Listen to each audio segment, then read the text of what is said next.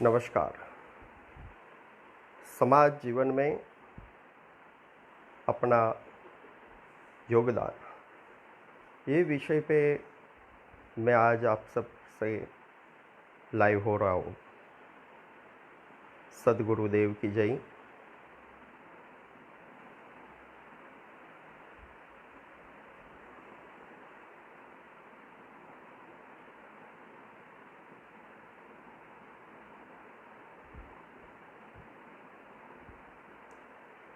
भारत माता की जय। मेरा आज का विषय है समाज जीवन में अपना खुद का योगदान। मुझे ऐसा लगता है कि समाज परिवर्तन करने के लिए हमें 5 सद्गुणों की अति आवश्यक ज़रूरत है। पहला है ज्ञान, दूसरा त्याग, भक्ति, वैराग्य और विवेक। मुझे ऐसा लगता है कि समाज परिवर्तन करने में सबसे पहले ज़रूरत है खुद को बदलना। खुद को बदल के ही समाज में परिवर्तन लाया जा सकता है। छोटी छोटी बातों पे ध्यान रखकर समाज में परिवर्तन लाया जा सकता है। अगर हम सब में ज्ञान है लेकिन भक्ति नहीं है तो हम समाज जीवन में परिवर्तन नहीं ला सकते। अगर हमारे पास ज्ञान है, भक्ति है, लेकिन त्याग का भाव नहीं है तो हम समाज जीवन में परिवर्तन नहीं ला सकते। हम सबके पास अगर ज्ञान है, भक्ति है, त्याग भी है, लेकिन वैराग्य नहीं है तो भी हम समाज जीवन में बड़ा कार्य, बड़ा परिवर्तन नहीं ला सकते। इसके लिए जरूरत है ज्ञान भी है, भक्ति भी है, त्याग भी है, वैराग्य भी है, लेकिन हमारे पास विवेक नहीं है तो भी हम समाज जीवन में परिवर्तन नहीं ला सकते। तो 5 सद्गुणों की अति आवश्यक जरूरत है समाज जीवन में बड़े बड़े परिवर्तन लाने के लिए। और वो 5 बिंदु, वो 5 जो सद्गुण है वो आप स्मरण रखिए। एक ज्ञान है, भक्ति है, त्याग है, वैराग्य है और विवेक है। जब पूरा भारतवर्ष और पूरा विश्व कोविड-19 की महामारी में झुलस रहा है, हम सब कहीं ना कहीं छोटे बड़े सेवा कार्य में हम सक्रिय अपनी जिम्मेदारियां जहां है वहां, जहां तक स्पर्श पहुंच सके वहां तक हर संगठन, हर संस्थाएं, हर ऐसे समाज के छोटे बड़े इकाई के लोग, व्यक्ति, समूह सक्रिय है। मुझे ऐसा लगता है कि समाज जीवन में परिवर्तन में 2-3 प्रसंग मुझे बताने अति आवश्यक लगते हैं, मैं बताऊंगा। एक, जिन्होंने महाराष्ट्र में बड़ा परिवर्तन लाए, उनका नाम था संत ज्ञानेश्वर।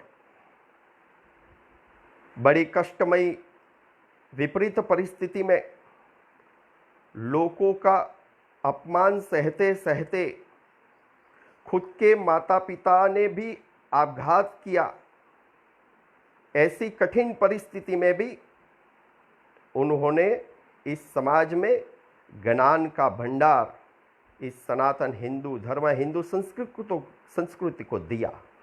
ऐसे संत ज्ञानेश्वर को हम कैसे भूल सकते हैं। बड़ा समाज परिवर्तन में उनका बहुत बड़ा योगदान है। वैसे ही भक्ति का और मीरा दोनों को हम कैसे अलग कर सकते हैं। भक्ति का अगर किसी को सबसे अच्छा किसी को रंग चढ़ा है तो मीरा को हम कैसे भूल सकते हैं। तो मीरा ने भी सामाजिक समरसता के लिए समाज परिवर्तन में भक्ति आंदोलन खड़ा करके और खुद का समर्पण देकर इस समाज जीवन में भारतीय सनातन हिंदू धर्म संस्कृति में समाज परिवर्तन के लिए सबसे बड़ा योगदान अगर किसी का है तो मीराबाई का है। वैसे ही त्याग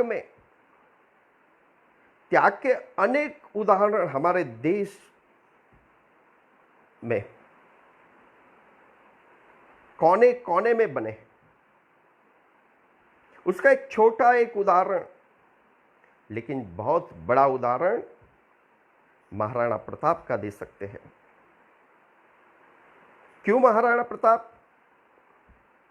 तो महाराणा प्रताप ने जब अपना पूरे परिवार के साथ अपना सब कुछ छोड़ छाड़ कर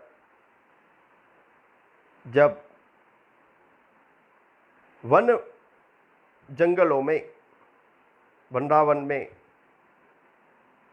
उन्होंने जब 22 साल तक शौर्य आत्मविश्वास युक्त अपनी मातृभूमि को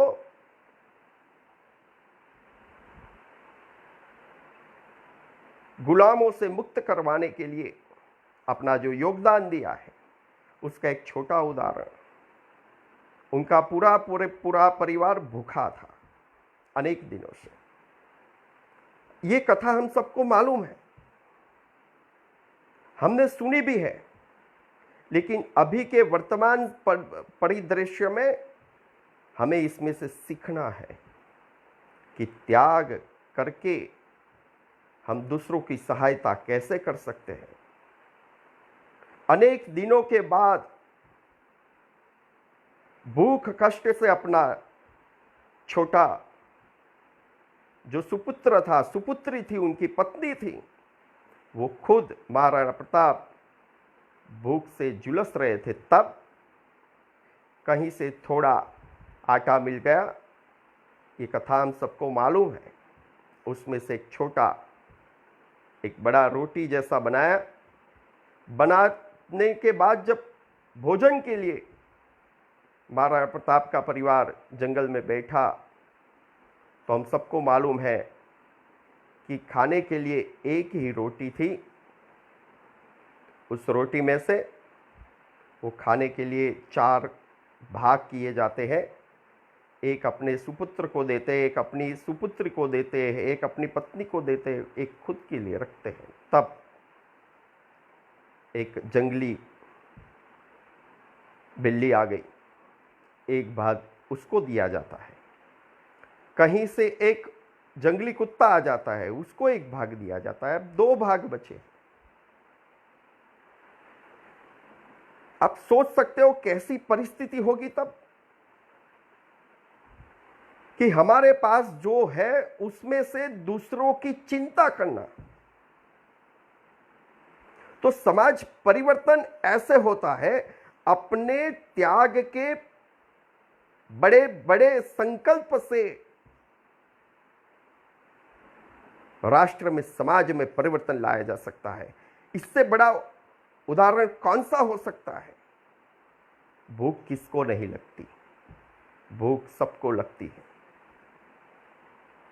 लेकिन महाराणा प्रताप ने ये एक जो अपने जीवन में ये उदाहरण दिया है इससे बड़ा उदाहरण मुझे लगता है और कोई नहीं हो सकता। वैसा ही वैराग्य है। वैराग्य तो ऐसा है कि हम गीता ज्ञान, हमारी मजबूरी ये है कि हमारे पास सब कुछ होने के बाद भी हम विदेशों में ढूंढते हैं। हमारी भारत में सब कुछ है, गीता में क्या नहीं दिया है? गीता ने ज्ञान दिया है, गीता ने भक्ति दी है, गीता ने त्याग दिया है, गीता ने वैराग्य दिया है। इतना बड़ा ग्रंथ, फिर भी हम उसको समझ नहीं सकते। इस महामारी में ये तो मां जगदम्बा की कृपा से ये तो हट जाने वाली है। ये थोड़ी थोड़ी सारी जिंदगी हमारी मेहमान बनकर रहने वाली है। विश्व में भारत महासत्ता की ओर बढ़ रहा है। आज भी पूरा भारत भारतीय संस्कृति, सनातन हिंदू धर्म संस्कृति का डंका परचम बज रहा है। हम दूसरों की सहायता के लिए, मानव विश्व कल्याण के लिए हम आज सहयोग कर रहे हैं। और हम सबके सहयोग के कारण इस लॉकडाउन में हम अपने आप को लॉक करके, हम अपने आप को एकांत में ढल करके हम स्वयं को पहचानने की जो हमारी साधना है, हमने जो अलख जगाई है, वो भी एक सबसे बड़ा समाज परिवर्तन में सबसे बड़ा योगदान है। और भारत विश्व की महासत्ता की ओर आगे बढ़ रहा है। ये विश्वास रखिए। ये जो संकट का काल है, इस संकट के काल के चलने के बाद हम विश्वास रखें, भारत ये सबसे बड़ा विकसित देश बनने वाला है। सिर्फ हम विश्वास रखें, हम एक दूसरों की मदद करें। जहाँ है वहाँ अपने पड़ोस में, अपने आसपास, जहाँ कहीं भी हो, कोई भूखा न रहे। हमसे जो मदद हो सके, पैसों से, अन्न से, बातचीत से भी। कभी कभार रोग से व्यक्ति नहीं मरता, रोग के भय से व्यक्ति ज्यादा मरते हैं। हमारे सम्माननीय प्रधानमंत्री नरेंद्र भाई मोदी ने सप्तसूत्री का जो हमें बात बताई है अपने भाषण में, हमें सुननी चाहिए। हमें सप्तसूत्र को याद रखना चाहिए। ये भी आज के वर्तमान परिदृश्य में समाज परिवर्तन में सबसे बड़ा योगदान है। हम जहां हैं वहां बैठे बैठे समाज को कैसे अपना योगदान दे सकते हैं। ये 4 बिंदु, जो 4 सद्गुण मैंने बताए, ज्ञान, भक्ति, त्याग, वैराग्य, इन सब में सबसे बड़ा योगदान, सद्गुण का अगर योगदान है तो उसका नाम है विवेक बुद्धि। ये 4 सद्गुण है, लेकिन विवेक बुद्धि हमारे में नहीं है तो हम कभी भी समाज परिवर्तन, हम खुद नहीं बदल सकते। व्यक्ति तो नहीं बदलता, समाज में कोई परिवर्तन हम नहीं ला सकते। हम समाज में अगर परिवर्तन लाने की शुरुआत की तो हम गड़बड़े कर सकते हैं, क्योंकि विवेक नहीं है। तो विवेक बुद्धि का हमें पूरा ध्यान रखना चाहिए। क्या करना है, क्या नहीं करना है, क्या बोलना है, कहाँ जाना है, कहाँ चलना है, क्या देखना है, क्या सुनना है, क्या सूंघना है, यह विवेक पे जाता है। और विवेक वो संस्कार से आते हैं। संस्कार देने के लिए अनेक संगठनाएं काम कर रही है, जैसे राष्ट्रीय स्वयंसेवक संघ व्यक्ति निर्माण से राष्ट्र निर्माण की बात करता है। वैसे ही जिस मैं अभी लाई हूं, ऐसे विश्व मांगल्य सभा 10 साल से मातृशक्ति में परिवर्तन लाके परिवारों में से सदाचार सभा चला के परिवार से लेके राष्ट्र तक का परिवर्तन में मातृशक्ति के द्वारा राष्ट्र निर्माण की जो बात करने वाला ये संगठन विश्व मंगल्य सभा, ये भी एक बड़ा सामाजिक सांस्कृतिक आंदोलन संगठन चला रहा है। इस समय में समाज जीवन में बहुत बड़ा बदलाव लाने के लिए मातृशक्ति का योगदान हम कैसे कम मान सकते हैं? तो मैंने भक्ति का सबसे बड़ा उदाहरण दिया है मीराबाई का। मीराबाई एक मातृशक्ति थी। मातृशक्ति के माध्यम से क्या नहीं हुआ है? मातृशक्ति के सिंचन से कितने कैसे कैसे महापुरुषों ने अपनी भारत की भूमि पर, विश्व में ऐसे अनेक महापुरुषों ने जन्म लिए हैं और कैसे कैसे समाज जीवन में अपने जीवन को तिल तिल जलाकर अपने चरित्र से, हमने चरित्रमयी जीवन की आहुति दे करके अपनी सनातन चिर पुरातन हिंदू धर्म संस्कृति को मानव कल्याण के उत्थान में लगाया है। इसमें अगर किसी का सबसे बड़ा योगदान है तो भारतीय मातृशक्ति का। इन सब में हम छत्रपति शिवाजी महाराज को कैसे भूल सकते हैं? छत्रपति शिवाजी महाराज को जिसने ज्ञान दिया, ऐसी मां जीजाबाई को हम कैसे भूल सकते हैं? रानी अहल्याबाई को हम कैसे भूल सकते हैं? ऐसे अनेक ऐसी मातृशक्ति का हम अगर नाम लेना चाहे तो 2-4 घंटे भी कम लगे। हमें तो सिर्फ उसमें से प्रेरणा लेनी है। मुझे ऐसा लगता है कि समाज जीवन में आमूल परिवर्तन लाने के लिए हम क्या कर सकते हैं? तो अभी छोटे छोटे आपके सामने सब लोग अपना जीवन बचाने के लिए जूझ रहे हैं।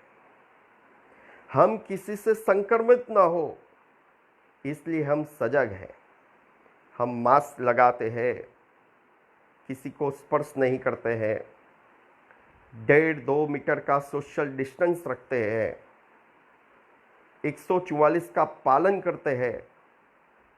ये तो हम करते ही हैं और करना ही चाहिए, क्योंकि हम जिंदा रहे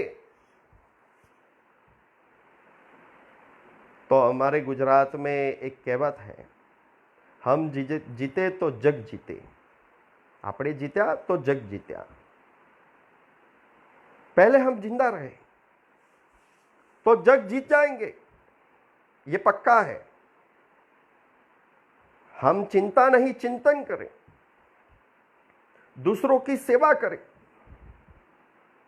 तो उसमें हमारे डॉक्टर्स, हमारे सुरक्षाकर्मी, हमारे सफाई कर्मी जो हम सबकी रक्षा के लिए जो जूझ रहे, छोटी छोटी इकाई पे एक सैनिक की जैसा अपना दायित्व निभा रहे हैं, वो कितना बड़ा योगदान है। दुख होता है जब ऐसे डॉक्टर्स पे, ऐसे नर्सिस पे, ऐसे सुरक्षाकर्मी पे, ऐसे सफाई कर्मी पे जो देवदूत बन के आए हैं, उन पे जब गालियां बरसाते हैं लोग, जब कोई पत्थर बरसाते हैं, 2 बातें उभर के आई है। एक बहुत बड़ा वर्ग जो इन सभी ऐसे समर्पित लोगों का थाली बजाकर, ताली बजाकर, दिए जलाकर, फूल बरसाकर, भेंट सौगात देकर सम्मान करते हैं, तो एक और कुछ ऐसे नापाक तत्व लोग अपना अज्ञान प्रकट करके इनका अपमान भी करते हैं। ये हम कभी भी इसका समर्थन नहीं कर सकते, हम इसकी निंदा करते हैं। मुझे लगता है कि जो भी लोग ऐसा करते हैं उनको भी, उनके समाज के जो अच्छे लोग हैं बाहर आके इनका विरोध करें, समझाएं इन लोगों को। ये जो त्याग है इनका, ये हम सब के लिए है, मानव कल्याण के लिए है। और मानव कल्याण में ऐसा करके वो अपना ये जो गंदा चेहरा है सबके सामने, उनकी ये विभत्स इनका आचरण, ये जो सामने आया है, इनका खुल के विरोध करे, यही हम सबकी मांग है। खैर, हम अभी समाज परिवर्तन में छोटे छोटे काम करके भी बड़ा बड़ा काम कर सकते हैं। मित्रों, अभी हम परिवार में साथ में हैं, तो परिवार में अपना समय दे, माता पिता को समझे, माता पिता अपने बालकों को समझे। और अभी तो केंद्र सरकार ने बहुत अच्छा बड़ा काम किया है। रामायण चला के, महाभारत चला के, चाणक्य चला के, चंद्रगुप्त चला के, उपनिषद गंगा के, जो कितना हमें समझाने का प्रयास किया है। हम अपने बालकों को दिखाए, अपना जो सनातन धर्म है वो बताए कि हमारी चिर पुरातन हमारी संस्कृति क्या है। ये है हमारा धर्म, ये है हमारी सनातन धर्म संस्कृति, कि हम दूसरों के सुख के लिए जिंदा रहे हैं। हम दूसरों के सुख के लिए हम प्रयासरत हैं। हम त्याग करके उसको भुगतना चाहते हैं, हम त्याग का आनंद लेना चाहते हैं। ये हमारे विवेक ज्ञान में हजारों साल से हमारे डीएनए में प्रविष्ट है। अंत में मुझे ऐसा लगता है कि एक छोटा उदाहरण देके मैं अपनी बात खत्म करूंगा।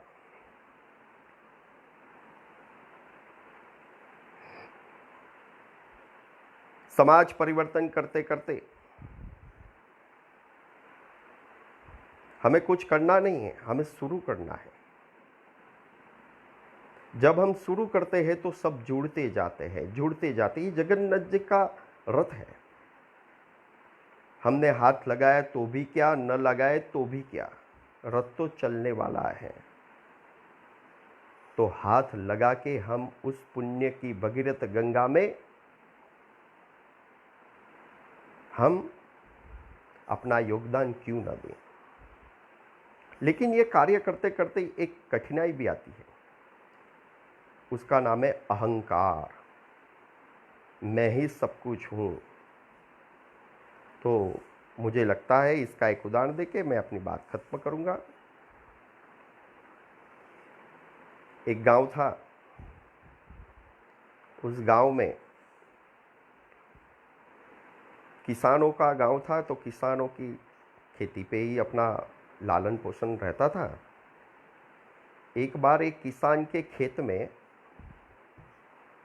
कोई रातों रात उस भरे पले पाक को कोई ले गया। तो वो सोचने लगा कि चोर आया कहाँ से। तो गया अपने खेत में, देखा तो कुछ नहीं था। दूसरे दिन दूसरे भाग में से भी कोई पाक ले गया। तीसरे दिन इस किसान ने एक पेड़ के पीछे छुप के उस चोर को पकड़ने की सोची। तो देखा कि आधी रात को आकाश में से एक सफ़ेद रंग का हाथी उतर रहा है उसके ही खेत में। तो हाथी जैसे आता है, तो देव का हाथी था, सफ़ेद हाथी था। तो उसने देख लिया ये तो इंद्र का हाथी है। 1000 सूंड थी, बड़ा था, सफ़ेद था, सोने से लदा था। सोच रहा था। हाथी नीचे आया और लपक लेके दूसरे भाग में से उसका पाक लेके चला गया। उसने गांव में जाके सबको बात बताई कि मेरे खेत में इंद्र का हाथी आता है, आपको देखना है। तो ऐसी बातों में तो सब मान जाते, स्वर्ग में जाना है तो स्वर्ग तो किसको नहीं जाना है, स्वर्ग तो सब जाना चाहते। तो उसके 3-4 मित्र जुड़ गए। दूसरे दिन आधी रात को वो किसान गया, उसके 3-4 किसान मित्र भी जुड़ गए। वही समय, वही खेत, वही पेड़, वही वो हाथी आया। सबने देखा हाथी आया, सफ़ेद है, बिल्कुल आया। और देखा नीचे आया, लपका उस किसान की जो भरा जो अनाज का भंडार था उस पे लपका। तो जैसे लपका, यहाँ एक किसान ने कहा कि अब एक योजना बनाते हैं। तो सबने पूछा क्या, बोलो मत। देखो ये हाथी नीचे आ रहा है, मैं उसकी पूंछ पकड़ूंगा, तुम मेरा पैर पकड़ना। चौथे को कहा, तीसरे को कहा तू पकड़ना, चौथे को कहा तू पकड़ना। मैं पूंछ पकड़ूंगा, तुम मेरा पैर पकड़ना, तुम मेरा पकड़ना। योजना पक्की बन गई। हाथी आया, हाथी जैसे ऊपर जाने लगा, ये लपक के उसकी पूंछ पकड़ ली। दूसरे ने इसका पैर पकड़ा, तीसरे ने इसका पैर पकड़ा, चौथे ने इसका पैर पकड़ा, ऊपर गए। हाथी ऊपर चलने लगा तो देखा हाथी ने कि ये कैसे आ गया। अरे मेरी पूंछ किसी ने पकड़ी है। देखा तो 4-5 लोग लपके थे। हाथी बड़ा, ये तो इंद्र का हाथी था, बुद्धिशाली था। एक भी किसान का चरित्र ऐसा नहीं था कि किसी को स्वर्ग में सीधा ले जा सकता था। हाथी ने कहा, अरे किसान भाई कैसे हो? तो किसान ने कहा, बहुत अच्छा, ठीक है, लेकिन आपका जो खेत है उसमें जो खेत में जो पका था धान वो कितना था? तो किसान ने कहा बहुत था। हाथी ने कहा कुछ तर्क लगाना पड़ेगा, ये मेरी पूंछ छुड़वानी पड़ेगी, इसको तो स्वर्ग में नहीं ले जा सकते हम, इसका चरित्र ऐसा नहीं है। तो हाथी ने फिर से पूछा, अरे भाई कितना, लेकिन जरा बताओ। तो किसान ने कहा इतना। कहा तो खर, कहा तो सही आपको। अरे नहीं नहीं, जरा बताओ कितना। तो जो अज्ञानी होता है उसमें बुद्धि नहीं होती, उसमें बुद्धि कम ही रहती है। तो ये विवेक बुद्धि का प्रश्न, विवेक बुद्धि यहां है। तो किसान ने तीसरी चौथी बार पूछा तो जिस किसान ने पूंछ पकड़ी थी उसने कहा इतना। हाथ छोड़ दिया। हाथ छोड़ा तो आप सबको, हाथी ऊपर, ये सब चारों नीचे। स्वर्ग में पहुंचे कि नहीं पहुंचे हुए मुझे पता नहीं, राम शरण तो हो ही गए।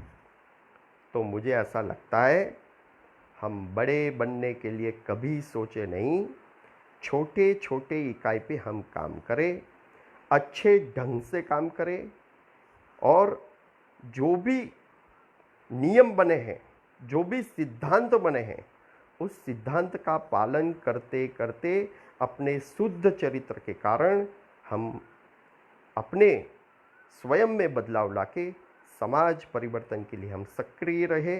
यही बात कह के माँ जगदम्बा से प्रार्थना करते हुए कि हम सबका हर हमेश विश्व का, मानव का कल्याण करे और ये कोविड-19 की जो महामारी है उसमें हम सबको जहाँ कहीं भी है, जो भी हो सके इतनी मदद करके, सरकार को साथ में रख के, सरकार के सभी नियम पालनों का, सिद्धांतों का पालन करते हुए हम मानव कल्याण के लिए जुटे रहे। यही माँ भगवती से प्रार्थना करते हुए मैं अपनी बात को समाप्त करता हूँ। भारत माता की जय। वंदे मातरम।